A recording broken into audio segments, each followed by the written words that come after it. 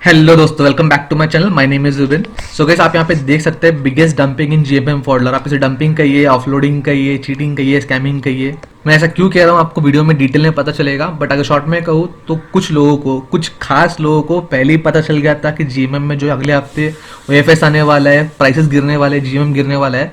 तो उन्होंने एक हफ्ते पहले, आई वुड से 3-4 दिन पहले ही जो है काफी ज्यादा माल जो शॉर्ट सेलिंग में बेच दिया है। सो आप में से बहुत लोग कहेंगे शॉर्ट सेलिंग नहीं हो सकती है जीएमएम में बिकॉज ये एफएनओ बैन में, आई एग्री एवरीथिंग, बट उसमें भी एक अलग तरीका है, एक अल्टरनेट सोल्यूशन है उसका। वो मैं आज आपसे एक्चुअली डिस्कस करने वाला हूँ। साथ ही साथ हम देखेंगे ऑलरेडी प्राइसेस काफी ज्यादा गिर चुके हैं, आगे हम और क्या एक्सपेक्ट कर सकते हैं इससे, और हम साथ ही साथ देखेंगे कि ओएफएस का सब्सक्रिप्शन स्टेटस क्या है। सो गाइस, वीडियो स्टार्ट करने से पहले बता दूं वीडियो थोड़ा लंबा होगा बिकॉज काफी ज्यादा पॉइंट्स यहाँ पे हम डिस्कस करेंगे, बट आप ये वीडियो कंप्लीटली देखिएगा बिकॉज काफी ज्यादा नॉलेजेबल और काफी ज्यादा नई चीज शायद आपको आज सीखने मिले। साथ ही साथ अगर आपको शॉर्ट सेलिंग और एसएलबीएम क्या है वो पता नहीं है तो मैं एक वीडियो डिस्क्रिप्शन में डाल रहा हूँ यस बैंक का, वहां पे भी सेम चीज हुई थी।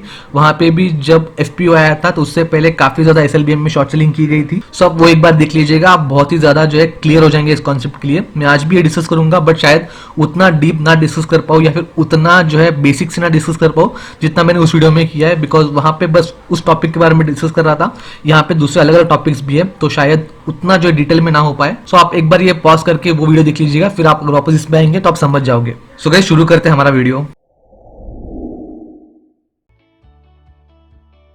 सो गाइस, सबसे पहले आज इसकी हालत देखते हैं जीएमएम फोल्डर की एग्जैक्टली सिचुएशन क्या है। आप देख सकते हैं काफी ज्यादा डाउनफॉल है और आज ये अराउंड 4006 पे खड़ा हुआ है। इसका लोअर सर्किट जो है वो रिवाइज किया गया है, पहले 10% था, अभी जो है 5% किया गया है। इसकी वजह से आप जो डिफरेंस दिख रहे हैं यहाँ पे 10% का, यहाँ पे 10% का है, बट आज आपको डिफरेंस कम दिखाई दे रहा है बिकॉज ये डिफरेंस बस 5% का है। अगर आप मोबाइल पे देख रहे हो तो शायद आपको जो एग्जैक्ट यहाँ पे दिखाई नहीं दे बिकॉज कैंडल काफी छोटी बनी है, तो मैंने थोड़ा जूम इन किया है। आप देख सकते हैं यहाँ पे डिफरेंस काफी ज्यादा है बट यहाँ पे डिफरेंस कम है बिकॉज ये 5% का डिफरेंस है।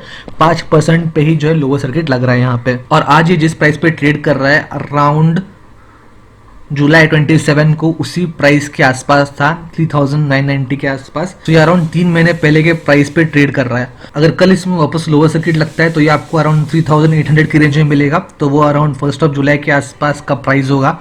आपको जो है 3-4 महीने पहले के प्राइस में कल दिखाई देगा अगर इसमें कल भी लोअर सर्किट लग रहा है तो। स्टॉक में सेलिंग काफी हो रही है, सेलिंग के साथ साथ शॉर्ट सेलिंग भी कंटिन्यू है, वो भी मैं आपको दिखाता हूँ इस वीडियो में। सो अगर ये ऐसे ही चलता रहा तो इसका करंट मार्केट प्राइस बहुत ही जल्दी ओएफएस प्राइस को जो है मीटअप कर लेगा। भले इसका लोअर सर्किट उन्होंने काफी कम कर दिया हो, स्टिल ये जो है उसको मीटअप करने में सक्सेसफुल हो जाएगा। सो गाइस, मैंने आपके सामने जो है वॉल्यूम चार्ट लगाया हुआ है, पिछले एक महीने में इसमें कितना वॉल्यूम देखा गया था यहाँ पे डाला हुआ है। आप देख सकते हैं 23 सितंबर और 24 अगस्त, एक महीने का ये पूरा वॉल्यूम चार्ट है। इसमें जितने भी ट्रेडिंग सेशंस थे, जितने भी ट्रेड हुए थे, यहाँ पे आपको वॉल्यूम दिख रहा है। यहाँ पे नोटिस करने की बात यह है कभी भी जो है जीएमएम में 50,000 से ज़्यादा क्वांटिटी यूजुअली ट्रेड नहीं हुई है। आप देख सकते हैं 24 अगस्त, 1 सितंबर और चलिए 14 सितंबर को पकड़ लेते हैं। सो इन दिनों में जो है हार्डली इसने 50,000 क्रॉस किया हुआ है 4 सेशन में, बट अगर ये 4 सेशन को छोड़े तो कभी भी इसने जो है 50,000 क्रॉस नहीं किया। 15,000 का वॉल्यूम जो है एक महीने में क्रॉस नहीं किया हुआ है, और अगर क्रॉस किया भी है 50,000 तो बहुत ही कम किया हुआ है, 78 तक गया, यानी कि 80,000 तक ये जो रुक गया है। 80,000 के एक पीस भी कहीं पे भी इसने ऊपर ट्रेड नहीं किया है, इससे ज़्यादा वॉल्यूम कभी दिखाया नहीं है। बट आप देख सकते हो 17 सितंबर से अगर आप पकड़ रहे हो इसे तो 17 सितंबर को काफ़ी हैवी सेलिंग दिखाई दी थी, अराउंड 2,43,453 का यहाँ पे वॉल्यूम दिख रहा है आपको। 18 सितंबर को 130,000 का आपको वॉल्यूम दिखेगा। 21 सितंबर को 177 का आपको यहाँ पे वॉल्यूम दिख रहा है, 177 यानी 1,77,831। अगेन 22 एंड 23 तो यहाँ पे सर्किट लगा था, तो अगर कोई चाहे तो भी ज़्यादा वॉल्यूम पे बेच नहीं पाएगा बिकॉज खरीदने वाला नहीं था, प्राइस गिर चुके थे, लोअर सर्किट लग चुका था। सो यहाँ पे ज़्यादा सेलिंग नहीं हो पाई बिकॉज कोई कर नहीं पा रहा था, कोई जो है करंट मार्केट प्राइस पे ये इजिली बेच नहीं पा रहा था, लोअर सर्किट लग रहा था। सो कहने का मतलब ये लास्ट 3 ट्रेडिंग सेशन में जो है कुल मिला के 5,51,000 की पोजीशन सेल की गई थी। ये एक बहुत मेजर पोजीशन है इस शेयर के लिए बिकॉज ये शेयर काफ़ी बड़ा है, अराउंड 5,000 के रेंज में था जब ये सेलिंग हो रही थी। तो आप समझ सकते हैं कितना बड़ा यहाँ पे अमाउंट सेल किया जा रहा है, कितना बड़ा यहाँ पे जो है वॉल्यूम दिख रहा है आपको। और मैं इस पर इतना एम्फोसाइज क्यों कर रहा हूँ मैं इसको आपको अगले पॉइंट में बताता हूँ। सो आप समझ गए होंगे 21, 18 और 17 को काफ़ी हैवी वॉल्यूम यहाँ पे दिखाया गया था, काफ़ी हैवी सेलिंग यहाँ पे हुई थी। सो अब मैं आपको यहाँ पे लेके आया हूँ स्टॉक लोन बोरोइंग डेटा पे। यहाँ पे हम जीएमएम फोल्डर सर्च करते हैं ओके, सो आप देख सकते हैं यहाँ पे जो है 15 सितंबर से इसमें एसएल एक्टिविटी शुरू हुई थी, स्टॉक लोन एक्टिविटी शुरू हुई थी। 15 सितंबर को जो है 800 शेयर बोरो किए गए थे, जो कि नॉर्मल है, ज़्यादा बड़ी क्वांटिटी नहीं है, स्टिल एक रीजनेबल क्वांटिटी है। 16 को 2850, 17 को 44,558 और 18 सितंबर को 17,387। सो कुल मिला के यहाँ पे 65,000 की क्वांटिटी बोरो हुई थी स्टॉक लोन के थ्रू। सो अगर आपको यहाँ पे नहीं पता एग्जैक्टली ये कैसे काम करता है तो आपको शॉर्ट में यहाँ बताता हूँ। सो नॉर्मल बुल मार्केट में लोग शेयर खरीदते हैं और जैसे ही शेयर ऊपर जाता है उसे बेच के प्रॉफिट कमाते हैं, ये सबको पता है। बट शॉर्ट सेलिंग में क्या होता है आपको पहले समझना पड़ेगा। जब हमें पता होता है कि मार्केट नीचे जा रहा है या हमें पता होता है कि एक शेयर जो है पर्टिकुलर शेयर नीचे जाएगा बिकॉज उसमें ऐसी न्यूज़ आने वाली है, तो वहाँ पे लोग जो है पैसे कमाने के लिए शॉर्ट सेलिंग करते हैं। शॉर्ट सेलिंग क्या होता है, मैंने यहाँ पे एक शेयर बेचा जिसका प्राइस था 10 रुपये, मैंने ये स्टार्ट ऑफ द डे में बेच दिया 10 रुपये में। जब end of the day share close होता है, जब मार्केट क्लोज होता है, तो इस शेयर की वैल्यू गिर के हो जाती है 9 रुपये। सो मुझे यहाँ पे प्रॉफिट होगा 1 रुपये का, बिकॉज जब 10 रुपये थे मैंने बेच दिए और जब 9 रुपये मैंने खरीद लिए, तो उसकी वजह से मुझे 1 रुपये का प्रॉफिट हुआ। सो मैं खरीद के अपने पास नहीं रखता हूँ, जिसको मुझे देने थे मैं उसको देता हूँ, because start of the day में जो है मुझे डिलीवरी की जरूरत नहीं पड़ती है, एंड होते होते मुझे डिलीवरी करनी पड़ती है। तो जैसे डिलीवरी आती है मैं ये शेयर खरीदता हूँ, शायद हो सकता है ये 8 रुपये हो तो मुझे 2 रुपये का प्रॉफिट होगा। तो जितना ये शेयर गिरेगा मेरा प्रॉफिट बढ़ते जाएगा। आई बिलीव आप समझ गए होंगे, मैंने बहुत ही शॉर्ट में बताया।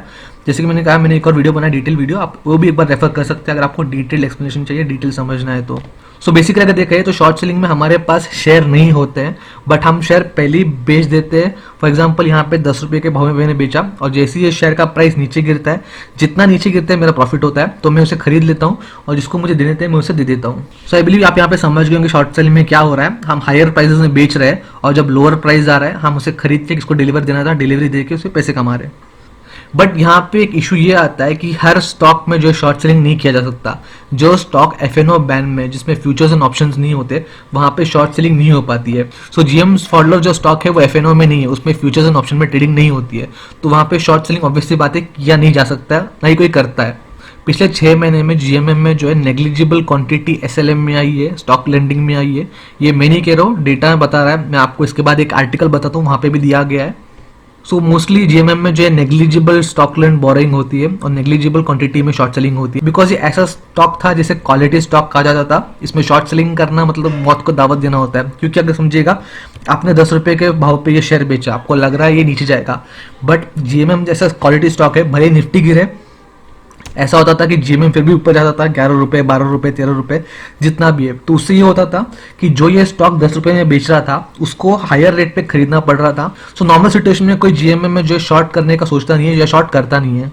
बट जब ओएफएस की न्यूज़ आई थी, पहले ही कुछ लोगों को शायद पता चल गया था कि जीएमएम में ऐसा होने वाला है, जीएमएम गिरने वाला है, उस वजह से कॉन्फिडेंस में आके इतनी बड़ी बड़ी पोजीशन जो है बेची गई थी। तो जैसे कि मैंने कहा जीएमएम में शॉर्ट सेलिंग तो नहीं कर सकते, तो ऑप्शन क्या बचता है। सो यहाँ पे एक कॉन्सेप्ट आता है एसएलबीएस या SLBM, stock loan boring scheme या स्टॉक लोन बोरिंग मैकेनिज्म, दोनों एक ही है, बड़े नाम है, मैंने आपको शॉर्ट फॉर्म बताया। तो इसमें एक्जैक्टली होता क्या है, इसमें होता ये है कि हमारे पास समझिएगा जीएमएम के शेयर्स नहीं है, तो हम यहाँ पे रेंट पे शेयर ले रहे हैं। रेंट इसका होगा, समझा अगर 5,000 का शेयर है तो रेंट हार्डली होगा 50 से 100 रुपये या उससे भी कम होगा। मैं आपको एक्जैक्टली नहीं बता रहा हूँ, मैं आपको एक एस्टिमेट बता रहा हूँ, बट इतना ज़्यादा नहीं होता है, बहुत कम होता है। सो अगर मैं एक शेयर ले रहा हूँ तो मुझे 50 रुपये का समझिएगा रेंट देना होता है उसके लिए, और ये शेयर मेरे पास रहते हैं पूरे 1 महीने तक। ये भी जो है फिक्स नहीं होता है, वेरी होता है। कभी कभी अगर म्यूचुअल अंडरस्टैंडिंग होती है या फिर बोरोवर चाहता है कि ज़्यादा टाइम तक रखे तो वो भी रख सकता है, तो उसको हल्के से ज़्यादा जो रेंट है देना पड़े। सो यहाँ पे होता ये समझिएगा, मैं एक शेयर जो है रेंट पे ले रहा हूँ, बोरो कर रहा हूँ, उधारी पे ले रहा हूँ, मैं उसका रेंट दे रहा हूँ 50 रुपये। मैं इसे रेंट कह रहा हूँ बिकॉज आप थोड़ा इसे रिलेट कर पाए, आप समझ पाए कॉन्सेप्ट को। इसे रेंट ही कहेंगे बिकॉज हम ये उधारी पे ले रहे हैं, बोरो कर रहे हैं। Okay, so coming back to the point, हम समझते हैं 1 महीने तक ये शेयर मेरे पास ही रहेगा। मैं इसके साथ जो चाहूँ वो कर सकता हूँ, मैं बेच सकता हूँ, मैं अपने पास रख सकता हूँ, मैं इसे जो इग्नोर कर सकता हूँ, ये मेरे ऊपर होगा, मेरा डिसीजन होगा। मुझे बस एक क्लॉज ध्यान में रखना है कि 1 महीने बाद मुझे ये एक शेयर जो है उसे वापस करना है, जिससे मैंने ये उधारी ली है, इसका जो ओनर होगा उसे वापस करना है। अगर मैं ये नहीं करूंगा तो मुझे पेनल्टी लगेगी। बस ये एक चीज़ मुझे ध्यान में रखनी है, बट 1 महीने के अंदर मैं इससे जो करना चाहूँ जो है कर सकता हूँ। सो यहाँ पे हो रहा यही था कि जो बड़े प्लेयर्स है जिन्हें ऑलरेडी यहाँ पे भनक लगी थी इस चीज़ की, उन्होंने पहले रेंट पे ये शेयर लेके रखे थे, स्टॉक लोन पोजीशन उन्होंने बिल्डअप कर ली थी। जैसे कि मैंने दिखाया आपको 65,000 की स्टॉक लोन पोजीशन 3 दिन में इन्होंने बिल्डअप की थी। सो उन्होंने ये जो शेयर है जाके ओपन मार्केट में सेल कर दिए। समझिएगा इस शेयर का कॉस्ट तभी था 5,000 रुपये जब इन्होंने सेल कर दी। सो करंट सिचुएशन में उनके पास ये शेयर नहीं है बिकॉज उन्हें सेल कर दिया 5,000 के भाव में करंट मार्केट में। तो उन्हें पता था ओएफएस आने वाला है, तो उन्होंने ओएफएस में वही एक शेयर खरीद लिया अराउंड 3,500 के रेट पे। तो यहाँ पे ऑन द स्पॉट आप देख सकते हैं जो डिफरेंस हुआ उतना उनका प्रॉफिट है। और यही एग्जैक्टली चीज हुई थी येस बैंक में भी। वहां पे भी जो सेबी ने एक स्टेटमेंट दिया था कि उसमें इन्वेस्टिगेट कर रहे हैं, बट इतना टाइम हो गया, कोई इन्वेस्टिगेशन, कोई रिपोर्ट, कोई जो है उसका आउटकम नहीं आया, ना इसमें आने वाला है। बहुत सारे लोग यही कह रहे हैं कि यहाँ पे सेबी ने इंटरवीन करना चाहिए, सेबी को कंप्लेन की है, बट ट्रस्ट मी यहाँ पे आपको सेबी का इंटरवेंशन नहीं दिखने वाला है। यहाँ पे तो बस 65,000 की शेयर पोजीशन आपको दिख रही है कि एसएलबीएम में लाके यहाँ पे घुमाया गया था। वहां पे करोड़ों में जो है शेयर डीलिंग हुए थे, करोड़ों में स्टॉक लोन बोरोइंग पे शेयर उठाए गए थे। बट अगेन दूसरा पॉइंट ये भी है कि यहाँ के अराउंड 500 या 1000 शेयर वहाँ के 10 लाख शेयर के बराबर होंगे, बिकॉज वहाँ पे एक शेयर की वैल्यू थी अराउंड 10 से 12 रुपए या 15 रुपए, जबकि यहाँ पे एक शेयर की value around 5,000 6,000। So I believe comparison जो है फेयर नहीं है। बट स्टिल मैं आपको एक आइडिया बता रहा हूँ कि इतनी ज्यादा क्वांटिटी जो है, जो लोगों की नजर में भी आई, रिपोर्ट मीडिया ने भी उठाया था, लोगों ने ये एस्केलेट भी किया था, बट स्टिल वहां पे कोई रेजोल्यूशन नहीं आया। So coming back to our point straight, यहाँ पे जो है 1,500 रुपए का प्रॉफिट हो रहा है। जिसने भी स्टॉक लोन में ये शेयर खरीदा था उसके पास अभी ये शेयर जो है 3,500 के रेट पे है। सो उसने बेचा था 5,000 के रेट पे, जबकि उसने खरीद लिया 3,500 पे। सो जब भी इसको ये शेयर वापस करने होंगे जिससे इसने उधारी ली है, तो उसको ये ऑब्वियसली वापस कर सकता है और अच्छे खासे प्रॉफिट मिलने के बाद उसे वापस कर। तो यहाँ पे गलत, स्कैम, चीटिंग जो भी कहे वो ये हुआ कि जो नॉर्मल रिटेलर्स है, जो नॉर्मल लोग हैं, उन्हें 21 को पता चला कि ये शेयर में कल ओएफएस आने वाला है, वो भी रात को 7 बजे कि सुबह ओएफएस आने वाला है। सो ऑब्वियसली बात है शेयर गिरेगा, काफी ज्यादा लोअर सर्किट लग सकता है। So that is agreed point, because सबका शेयर एक साथ जो नीचे जा रहा है, डंप हो रहा है, सबको जो है इम्पैक्ट एक साथ पड़ रहा है। बट यहाँ पे लोगों ने जो है रेस पहले ही चालू कर दी। 17 सितंबर से उन्होंने शॉर्ट सेलिंग कर दिया, दबा दबा के शॉर्ट सेलिंग किया। यहाँ पे लोगों ने जो है पागलों जैसे शेयर खरीद लिया, ये देख के कि शेयर निचले दरम पे मिल रहा है, शेयर लोअर रेट पे मिल रहा है, जबकि उन्हें भनक भी नहीं थी कि ये शेयर जिस रेट पे उन्हें मिल रहा है उससे भी आधे रेट में जाके फ्यूचर में उन्हें मिलने वाला है। बहुत से लोग इसे इनसाइडर ट्रेडिंग का नाम भी दे रहे हैं, बिकॉज वैसे भी हो सकता है, बिकॉज ये कॉन्फिडेंशियल इन्फॉर्मेशन थी, प्रमोटर्स के अलावा किसी के पास ही जाना नहीं चाहिए था। बट यहाँ पे हमें क्लियर शॉट दिख रहा है कि कुछ लोगों को ये ऑलरेडी पता था। ये कंपनी के रेपुटेशन, प्रमोटर की डिग्निटी, सबको जो है क्वेश्चन करता है कि इतना ज्यादा स्टॉक लोन पोजीशन पहले कैसे बिल्डअप किया गया था और बस 3 दिन पहले ही इतनी ज्यादा सेलिंग कैसे की गई थी। आई होप सेबी इस बार थोड़ा और सीरियस हो जाए और इस पर जो है सीरियस इन्वेस्टिगेशन करे। अनलाइक येस बैंक, ये स्किप नहीं होना चाहिए, ये निकलना नहीं चाहिए हाथ से, बिकॉज ऐसा होता है तो रिटेल इन्वेस्टर्स का एक्चुअली बहुत ज्यादा जो है भरोसा उठने वाला है, शेयर से भी, मार्केट से भी। सो यहाँ पे जब मैं पहले 2 वीडियो बनाए थे जहाँ पे मैं पॉइंट्स आपको बता रहा था कि करंट कंडीशन क्या है शेयर की, शेयर गिर रहा है, बेचना चाहिए, आपको आगे जाके इस लो रेट पे खरीदना चाहिए। सो बहुत सारे लोग जो क्रिटिसाइज कर रहे थे कि शायद मैं नेगेटिविटी फैला रहा हूँ या फिर ये शेयर उतना नहीं है कि टूटने वाला, एक्सेट्रा एक्सेट्रा। बट ये डेटा देख के आई डोंट बिलीव यहाँ पे और कुछ कहने की जरूरत है।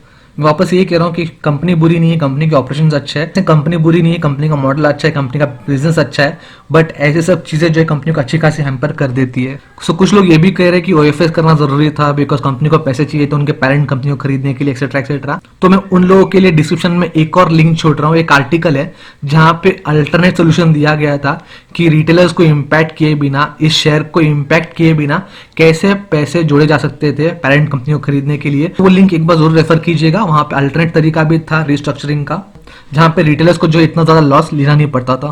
सो अभी तक मैंने जो आपको बताया डेटा वो था ओएफएस के पहले का, लगभग 1 हफ्ते पहले या 3-4 दिन पहले का। यहाँ पे आप देख सकते हैं 23 सितंबर यानी कि ओएफएस के डे 2 में भी जो है फाइनल डे पे भी यहाँ पे स्टॉक पोजीशन क्रिएट की गई थी लगभग 1130 का, यानी कि इसमें जो शॉर्ट सेलिंग स्टिल की जा रही है, स्टिल यहाँ पे जो है लोन में पोजीशन लिए जा रहे हैं और बेचे जा रहे हैं।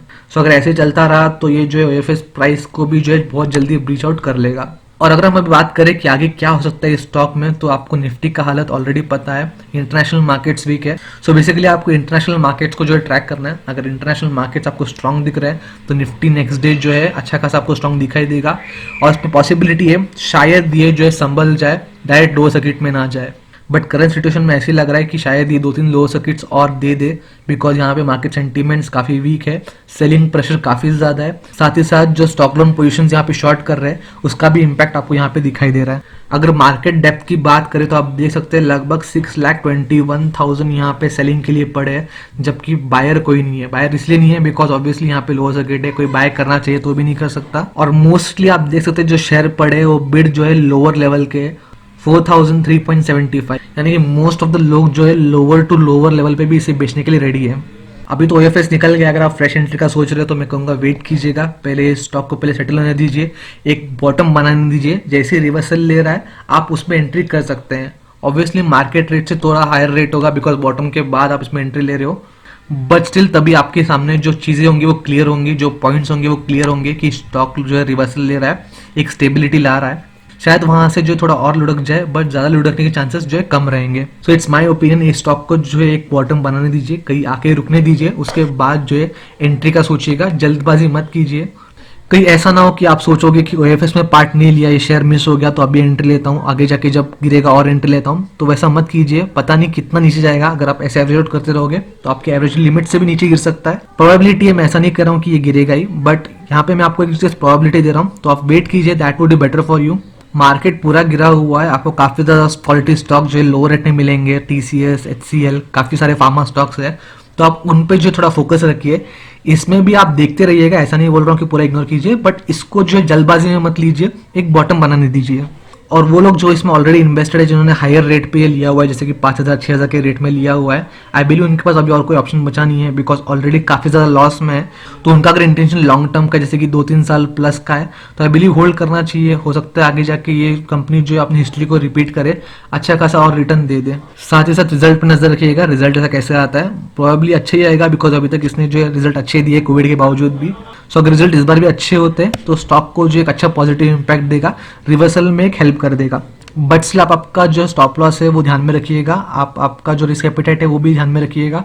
आपका एवरेजिंग पॉइंट भी सोच लीजिएगा कि इतना टाइम के बाद अगर ये स्टॉक जा रहा है तो मैं एवरेज करूँ या फिर जो है पार्शियल बुकिंग करूँ, कैसे करूँ। सो ये सब स्ट्रैटेजी पहले बना के रखिएगा, आप लास्ट मोमेंट के लिए जो है आपके लिए कोई शॉकर ना हो कि ये स्टॉक ज़्यादा नीचे जा रहा है तो आप ये सोचेंगे पहले जो है सेल ऑफ करना चाहिए था, या फिर आपने अभी सेल ऑफ कर दिया और ये स्टॉक रिवर्सल ले रहा है, तो आप ऐसा ना सोचे या फिर ऐसा ना आपको लगे कि गलती से बेच दिया, ये बेचना नहीं चाहिए था। सो गाइस, इस वीडियो में मैंने जो आपके साथ फैक्ट्स शेयर किए, जो यहाँ पे मैंने आपको डेटा दिखाया या फिर जो मेरा रिसर्च है, फिर जो मेरे पॉइंट ऑफ व्यू थे, वो मेरे पर्सनल व्यू थे, वो मेरे पर्सनल फाइंडिंग्स थे, वो मेरा पर्सनल रिसर्च था।